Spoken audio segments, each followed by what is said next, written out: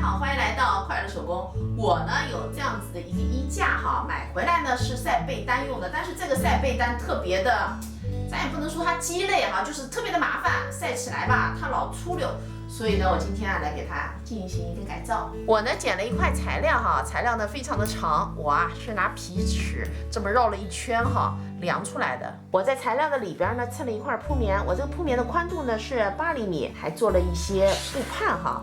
我的布畔上呢做了摁扣，是来固定晒衣夹子的。那布畔固定的位置呢是在主体材料这儿哈，每隔10厘米我固定上一个布畔，然后呢整个车一圈，我把它做成光边。材料的两边呢我车上了雌雄贴，现在啊把它固定在晾衣架上。这衣架呢就改造好了。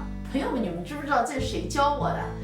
也是一个喜欢手工的朋友。那天啊，他给我看一图片哈，他改用这个，哎，我一看这个太好了，我有这么一个衣架子，有了夹子之后真的方便很多。原本那个晒被单啊，弄啊弄的，然后还掉地上滑，你看这夹子一夹多省事儿啊，是不是？